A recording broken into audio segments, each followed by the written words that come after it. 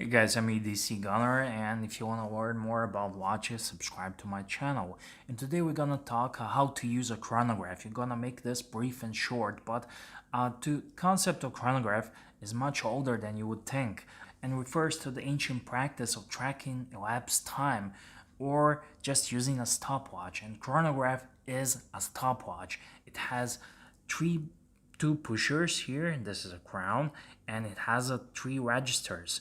This register is not for chronograph, this is just a second hand on your normal watch, but this one here, this register is a minute register, and you will recognize it by increments of 5, 10, 20, 25, and down below at 6 o'clock here you have hour register. It measures the elapsed time of hours. So it's very easy. You just need to figure out which part of your watch are used for the chronograph functions, and then you need to press the pushers.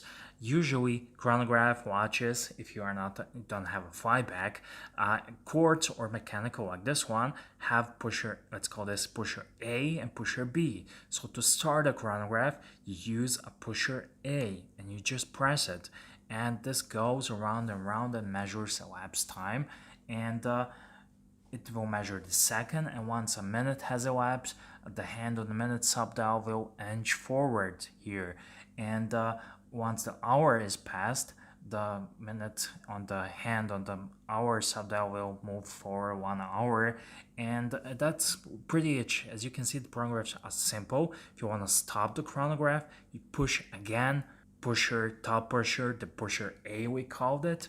But this is very important. You start and stop with this one, and if you want to reset it, then you use this pusher B, and that's really it. As you can see, chronographs can be truly as simple as pushing a couple of buttons, but they are very sought after in the luxury watch world. Everyone wants chronographs, and it's really a cool complication, especially if you like mechanical stuff.